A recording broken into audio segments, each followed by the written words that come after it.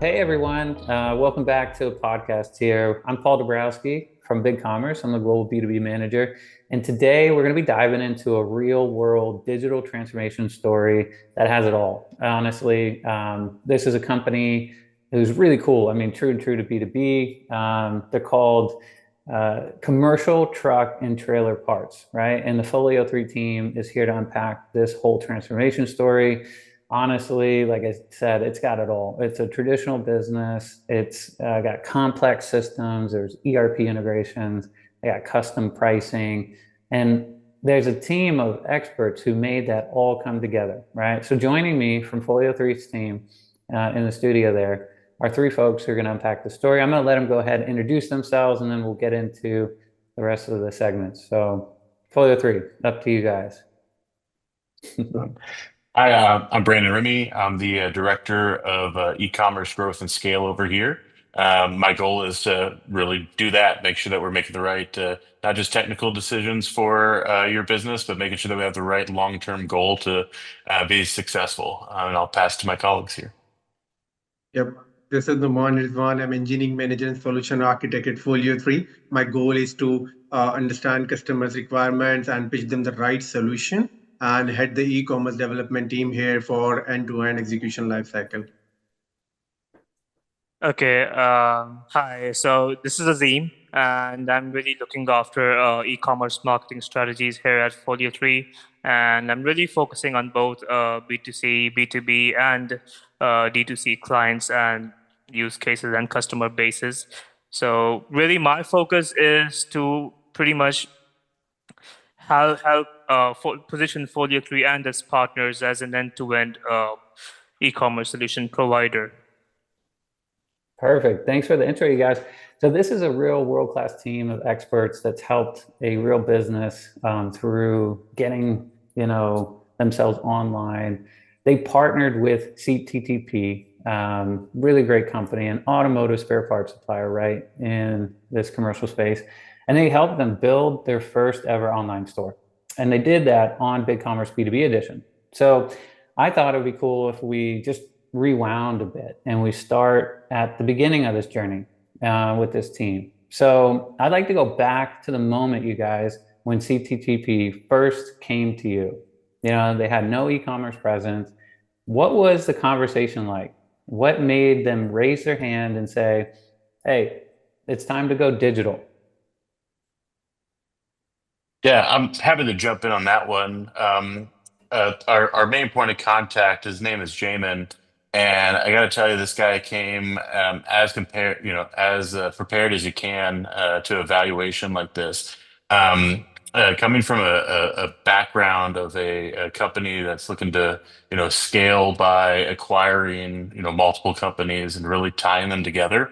One of the main thought processes, how do we put a system in place that, helps us go live with this new acquisition, really establish a baseline, not just front end systems, but back end systems for financials, and then have a platform on the front end that's able to start to, knock out some features and functionalities that are expected of some of the larger, peers in the industry. So coming to the evaluation with some pretty clear requirements of saying, hey, our the website we have right now is kind of like a back-end portal. There's really not a lot of functionality there. Everything's on the phone. It's all kind of siloed into a couple guys' heads, if you will. And how do we digitize that? And how do we kind of build confidence and scale for our customers? So we had a great kind of requirements session, being on the nerdy side of really understanding how to choose a platform that's able to have their immediate need of going into this digital transformation as quick as possible, but with respect to what future growth looks like when they bring in additional locations, additional retail storefronts, and kind of all of those complexities that need to come together when kind of like the current state of the state is not a lot, not a lot there on the canvas. Yeah, awesome. So I got to ask, for the audience, what were the big business goals they laid out? Was this all about growing revenue for them? Was it reaching new customers? Was it improving the internal operations, or all the above, you guys? Yeah, the short answer is all the above, but I'd say some of the major themes were how do we build confidence within our customers that we have the product information on our own manufactured parts or on the parts that we bring in from our distributors, and then how do we communicate quickly with our B2B clients that we can get it to them quickly. Where is it going to be? And then also, with it being in the kind of automotive vertical, there's always fitment data and other complexities on making sure we're getting the right product as well. So overall, growing revenue, building customer confidence, and scaling are the three major themes. But it was definitely more like a Cadillac approach of getting everything that we can under the hood in that first launch. Yeah, and I know you guys delivered on that. It's a great case study, honestly. So maybe for the other teammates from Folio3 side, can we look at the customer point of view for a second, right? So thinking as a customer and a UX point of view, what were they hoping to improve? What pain points were they hearing from their buyers that the new site needed to fix? And how did BigCommerce help, check those boxes? Because, right, the company was on NetSuite, right? Why not use NetSuite commerce, right? And get going with that instead, So what can you unpack that for us from the customer point of view? Okay, so initially, from a marketing perspective, from a digital presence perspective, they didn't really have an end-to-end B2B store. So, this is a problem that many B2B commerce brands face, regardless of their reputation over the past few decades. So, for example, if they don't really have a proper store, so they really have sales reps and having their catalogs and running towards potential prospects. But at the end of the day, they don't really have a digital brand, a digital presence to really build that trust. So that's why, first of all, we had to build an end-to-end store for them. And other than that, they were currently on NetSuite. So they really needed a platform that offers more features, that offers more flexibility, that's much more scale friendly for a much lower cost. So that's what we had built. That's what BigCommerce really offered to CTTP. Perfect. Yeah. And are there any real world examples from the buyer side that you guys might be able to tell the audience, like after this launch, were the buyers, did they adopt it immediately, right? Did they have, how did they get buyer adoption once they went live with this too? I mean, Yeah, adoption is pretty much a gradual process, but after they integrated some tools, some features, some self-service features, some customer-specific pricing, and other B2B commerce specific features, they have seen a much better approach to sales ratio, and overall, they have seen a much better, much more improvement in their revenue cycles. So, other than that, Noman will take over from here. yeah, definitely. So, yeah, just to add that, like the question that you were asking, Paul, that like the main benefit that were targeting before going directly to buyer, they wanted to make their operation seamless. That was like becoming like they recently went live with NetSuite ERP. Now they wanted to make their e-commerce operations also seamless, specifically with respect to their B2B customers first. So first they did the B2B launch, and they already have onboarded a few customers on their B2B store and ERP as well. And they are like purchasing from them. And now they are thinking on more features, what on to bring, and what that B2B customers are like trying to achieve. Initially, when they started, their main target was in order to like searching, because if we talk about automotive industry, we have to like think of the search feature first. Why? Because obviously, if you're talking about the spare part, they basically deal in truck specific spare parts. So you have like that one specific part can be named add different cross references. So if you if your search is getting triggered on different cross references, so yeah, your product is getting closer to closer for that customer. So this is what, like, these are the features that they targeted, and now they are getting good traction on the B2B buyer portal specifically. Now they're in next phase, they will be going toward the B2C phase as well. So they will be launching for B2C customers as well very soon. So yeah, that's their initial result that they got. Fantastic. All right. So we got customer segmentation. We've got the e-commerce solution in place, integrated with NetSuite ERP. We always get asked, why not choose the native, commerce solution, right? And you guys actually have solved that really clearly with an integration with BigCommerce for them. So all right, Norman, I think let's get into the meat of it then, right? CTTP, they looked at Magento 2, right, and BigCommerce when they were evaluating e-commerce platforms for this integration. And that's a common fork in the road, honestly. So why did they end up going with BigCommerce? And what was Folio3's role in guiding that decision?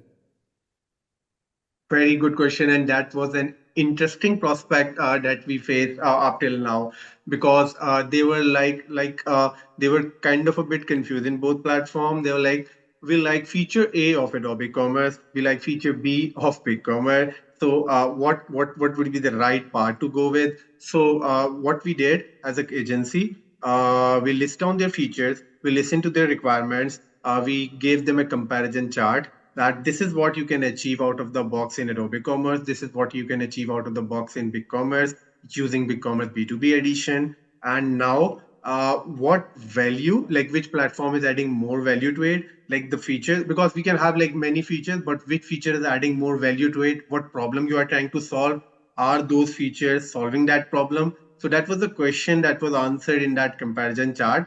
Like we didn't convince for a specific platform, we help them in choosing one. That's our role as an agency, that we try to like listen to the problem, and now this is how we can solve solution in one platform, and this is how we can have some solution in this platform. Now where what's the best platform in terms of value. So yeah, that is why they choose BigCommerce. And to be honest, the features that turned out for BigCommerce were the especially the invoice pay later option. That's the feature that none of the e-commerce platform have yet. Like for example, if someone has like paying specifically for B2B customer, they all the platforms support net terms and offline payment methods, but now you have to collect the payment. You should have a mechanism online to collect those payments through some integrated payment gateways. Here, what BigCommerce takes the lead, and that is the invoice portal that is in B2B Edition that was solving this issue. Although there were some more other features that also helped them inclining towards BigCommerce, but yeah, that was among the major ones. So yeah. Perfect. Yeah, man, you unpacked a lot of challenges and the solutions you guys were able to solve with. That's perfect. So speaking on the ERP integration side, you also had your NetSuite connector ready to go, right? How important was that in the project scope, and how did it speed up or simplify the build?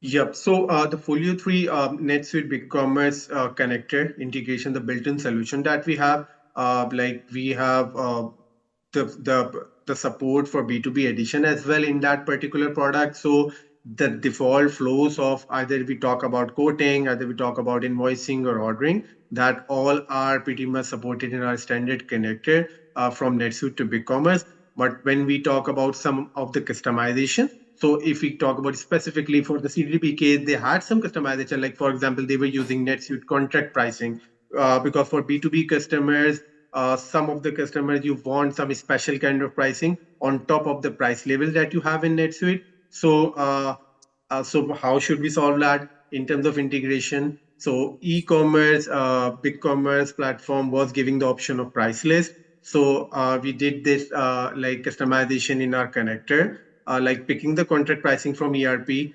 adding the separate segregation in the middleware, and creating separate price lists for BigCommerce for those specific B2B companies. So this is how we solve it. So sorry, to come on your first question, that yeah, our built-in connector does solve the major problem. But yeah, if we need any customization, so we have our connector is open to customize specific to their business needs. So we did that in this particular CTTP project as well. Perfect. Yeah, Yeah. we see that a lot. Oh, go ahead. Yeah, I was just saying, Noman, something I'd like to add to that is kind of like the perspective from Folio3 of our connector between NetSuite and BigCommerce, or in our other solutions between Business Central and BigCommerce. Our goal is for the connector to feel invisible, right? We should just have a system that works between the two, have it built to be essentially like a one-trick pony that has feature parity with B2B functionality, but have the ability to customize 5-10% where it makes sense for the business cases, but not have it also be some kind of technical debt as a part of it, which some of the other solutions out there could really have a lot of cool additional features that they can kind of balloon out of control and really slow down the ultimate goal that you're looking for. So that's definitely a focus and a theme of keeping it very lightweight and kind of invisible in the background and have it just work essentially. Perfect. Thanks. So that's a really good scope, I think, so far for everyone. But maybe let's go a layer deeper into that pricing conversation and talk about pricing for a second. So how I understood it, CTTP had different pricing levels for different buyers. It's common, and it was all managed in NetSuite before, right? Honestly, that's a tough one for most commerce platforms, right? What was your solution in BigCommerce then? Yeah, so like they have like another layer on top of that particular pricing. Like for example, as you mentioned that's specifically like that's perfectly right. That like all the B2B customers do have different pricing for different companies within ERP. It doesn't matter if it is NetSuite, if it is Microsoft Dynamics, Business Central, or any other ERP. They do have like different pricing for different companies. Now bringing on those price levels to BigCommerce does have the functionality of price list to like point that company to company pricing. That is something can be doable. There was an additional demand that they were using. There was an additional feature in ERP that they were using was contract specific pricing, that they were doing contract for specific items for like specific customers. So that contract specific pricing was adding additional discount on a few items on top of that price level. So you can say there was an additional layer that they like wanted to have. So what like Folio3 solution did? Folio3 solution did as like we utilize BigCommerce price list feature, because that feature has like complete in-depth you can say implementation. We do not want to add some another additional pricing layer. We just wanted to utilize the BigCommerce price list feature. So what we did is that like we segregate those contract specific pricing for those specific items. We pull in the base price level and we created a new price list for that specific company. So that using the native BigCommerce feature, we were able to integrate that specific contract pricing into BigCommerce with a separate price list, with a new price list for that specific company. So that's way it didn't hurt anything on the performance part as well. And also, yeah, there was a bit of like interval, like while syncing the data from like ERP to BigCommerce, but yeah, they were fine with that because there were very few customers that they wanted to have that, and in 15 minutes they can see the latest pricing on their e-commerce storefront. So yeah, that's the solution that like we did for specifically for them, because yeah, there are many other B2B customers as well. After doing this implementation for CTTP, we also received some more inquiries on especially the customers who are going toward BigCommerce. So using the native price list feature, they wanted to achieve this context specific pricing as well. So yeah, that was the solution that we did. Good. Yeah. So let's talk about something that's maybe not supported by default, right? So as I understood it too, CTTP required syncing of group items from NetSuite to BigCommerce. Obviously, functionality not supported by default, like I've said. So when we talk about group items in NetSuite, it's something that a lot of ERP-heavy businesses deal with. How did you ensure that complexity didn't break the BigCommerce store? Yep, very good question. So we pitched a couple of solutions to them for that. Like one is that using BigCommerce native picklist feature. although we just needed to have like minor tweaks in representing that group product on the e-commerce piece, on the storefront piece. But yeah, they were more likely to have like, if we can add those in a group product. What is group product? Like, let's first discuss this. Like in a group product, we have some additional component on top of the base and parent product. So for example, if you want to sync that to from ERP to e-commerce, so you have to like sync that additional component information as well. So what like our integration did there, like they completely fetch those group product and their additional components, sync those as a simple product within BigCommerce, and on the product detail page, we list the details of all those additional components that are when the customer is going to purchase that, what additional piece is coming along the main group product. So they can have that information and the reflection of those additional component in order invoicing, etc., that we handled. So like, yeah, so as I mentioned, there are a couple of ways. Maybe we can do the pick list part that can also handle that. We just have to do minor tweaks on the product detail page for that. But yeah, they were more comfortable on adding that as a simple individual product. So our integration managed that, bunch in the consolidate the additional components and sync it from ERP to e-commerce. So yeah, that's the solution that we did. You make it sound easy. It's a slick implementation. It's really cool. All right, so another tricky one, inventory across multiple locations. How did you manage the real-time sync and display logic for customers? Right. So as we know that, well, like, let me first tell you what support in the multi-location we got from e-commerce platform. That should be the first question. So we have the complete backend system that is supporting multi-location within BigCommerce, and we do have the API support for multi-location within BigCommerce. Yeah, just the front end piece that we had to develop, the user experience that we had to develop utilizing those APIs. So on their home page and listing page, on the header, they were like, I forgot the competitor name they were talking about, but yeah, they saw a competitor who was doing that. Like on the top of the header, customer can select the store or the warehouse, and the inventory status for that particular store can be rendered on specific products on the complete listing page. Either we talk about searchable page or any other listing page. So there's those all pages can be covered with that drop down. Whatever they will select, they will see the inventory status as per the selected location. So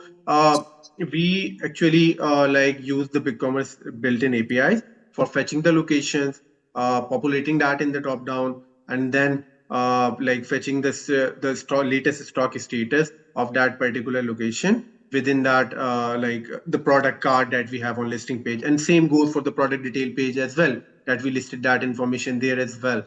So yeah, and obviously with the same manner we can do that on cart and checkout as well. We can fetch in the location drop down. Customer can select where they are going to pick up. So buy online, pick up in store is kind of a common thing. So yeah, we just have to develop the user experience part, but the backend mechanism handle that. One more thing here, if we talk about, again, going back to our NetSuite and e-commerce connector, the product that we have. So in order to reflect the latest inventory, our connector was handling that piece and fetching and syncing the right inventory to the right warehouse from ERP to e-commerce. So yeah, that is how we manage it. You guys make it sound so easy, but we do make it a little easier for businesses. I understand too. That's cool. All right, so now look, being in auto parts, search is everything. I think you actually said this earlier, Noman. So what customizations or features did they need to make product discovery easier? Right. So in search, there were two questions. First, in terms of performance, should we look to some third-party search? That was the first question. Second was that, like, especially as you mentioned that in terms of automotive industry, we have to be like manage the requirement that most of the automotive customers have. Like for example, as I told earlier, that searching against different cross references that they have, like for example, that same cross reference is being sold by another manufacturer as well. So customers should be able to search with all the different patterns of the cross reference and the SKU itself. Now, coming to the first part, so why should we go to some third-party search engine from BigCommerce default search engine? So that question comes in, and we bring in BigCommerce solution team as well there. They also advise that, like, for example, it depends on number of SKUs. Obviously, if you talk about 5 million, 10 million, no, BigCommerce is fine. If you talk about like somewhere around another like 50 million, 100 million products, so yeah, maybe you can look after some third-party search engine that can give us additional support if we need some kind of significant performance. Otherwise, that can like handle. So we got a check mark here that no, we don't want to go there. So now coming to the second piece, that like how we should handle that. So that is something we don't have to do any customization, because there is a functionality in BigCommerce of assigning search keywords against every product. We have a field in BigCommerce where we can like add in as many as search keywords that we want to. So what we get the data from ERP of all the cross references against that specific product. We consolidate the data and put in the search keyword field for that product. So like BigCommerce search engine handle it automatically. So yeah, it's like boom. So we don't have to do anything specific to that. So yeah. Very cool. One feature I know stood out.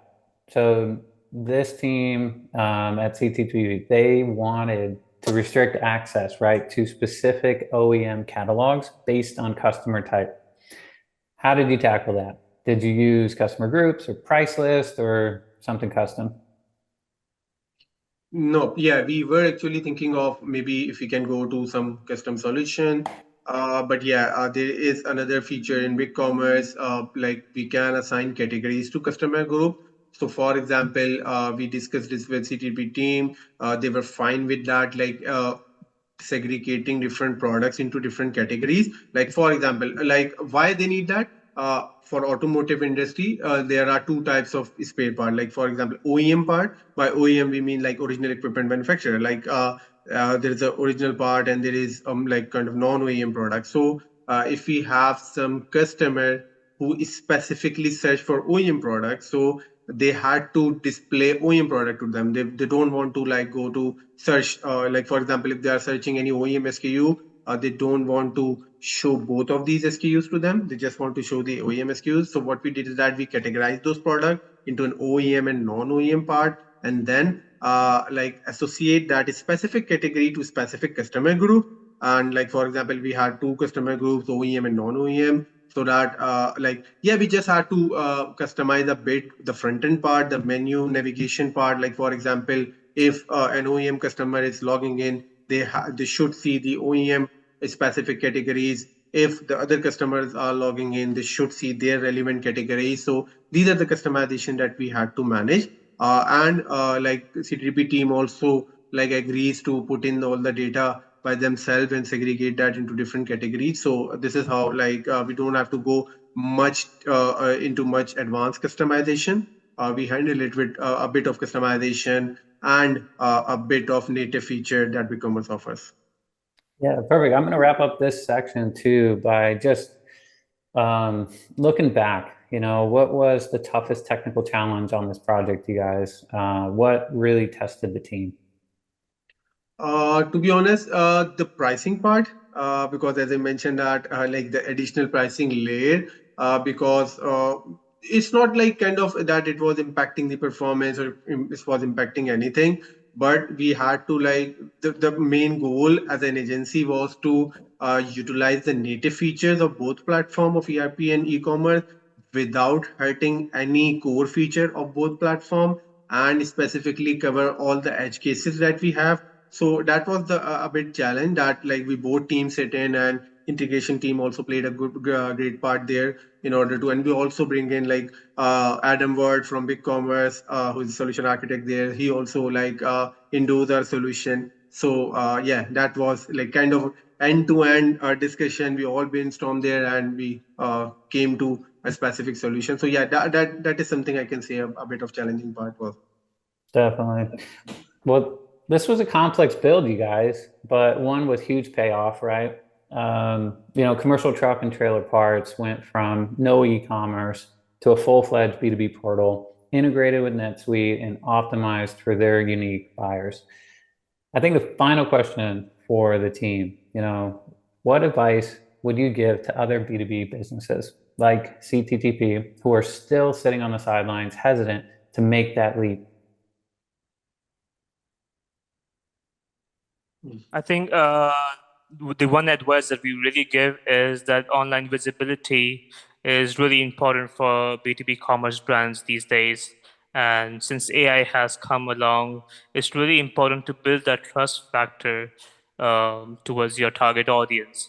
So yeah, that's what I would really recommend. It's really important to not just have an end-to-end platform, but also ensure that all of your tools, all of your system, whether it's an ERP, whether it's a CRM, whether it's any other tool, they should really talk to each other. They should really be very well integrated with each other, and all customer data, product data, pricing, and everything.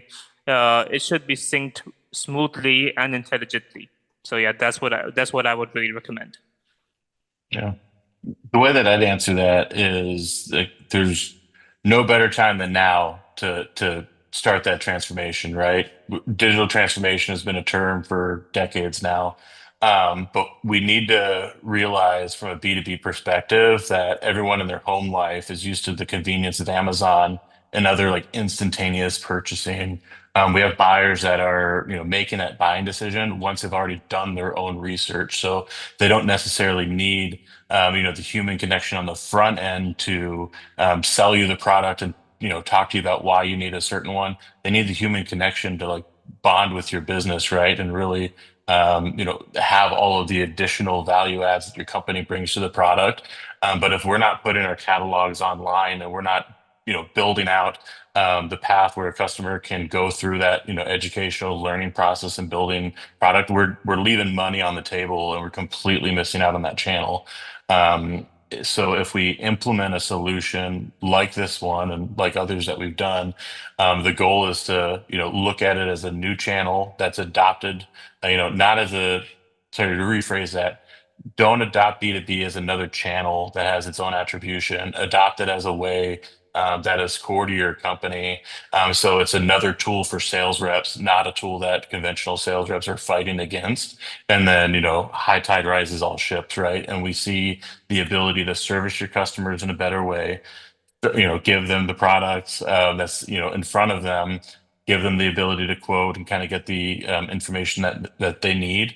And from a business perspective, your sales reps are able to handle more, and then from a customer's perspective, they're still able to have that personal connection on the stuff that matters and not the tedious stuff of passing spreadsheets back and forth. So those are my thoughts. Perfect. Yeah, I guess I add my 2 cents, right? What we see today is that B2B online sales is outpacing offline sales by 8 times. And from now to 2030, it looks like B2B online sales will hit about 40% globally. Yeah, right. 40% of all sales done. And so offline sales are really looking stagnant. So where put your investment? If I put my CEO or CFO hat on, well, it's in digital, right? And then you combine that with what's happening with the buyer side, right? B2B buyers are online more than ever before to discover new suppliers, to order, reorder, or to evaluate new suppliers. And so 90% of that buyer journey is already complete before they even contact the company. So you need to be in front of them. And where to be in front of them, right? We see a shift in digital marketing right now happening, where traditional marketing is actually switching from just SEO to search to those chat systems. And so you want to be prevalent wherever your buyers are. And this is a team that can really help you. So honestly, massive thanks to our Folio3 team for joining and sharing the behind the scenes transformation story of CTTP. I'm going to leave you with this. If you're a manufacturer, distributor, or a parts supplier thinking about going digital, you don't have to go, at it alone, right? With the right platform and the right partner, it's possible. So thanks, you guys. Enjoyed this one. Catch you on the next. Thank you. Excellent. Thanks, Paul.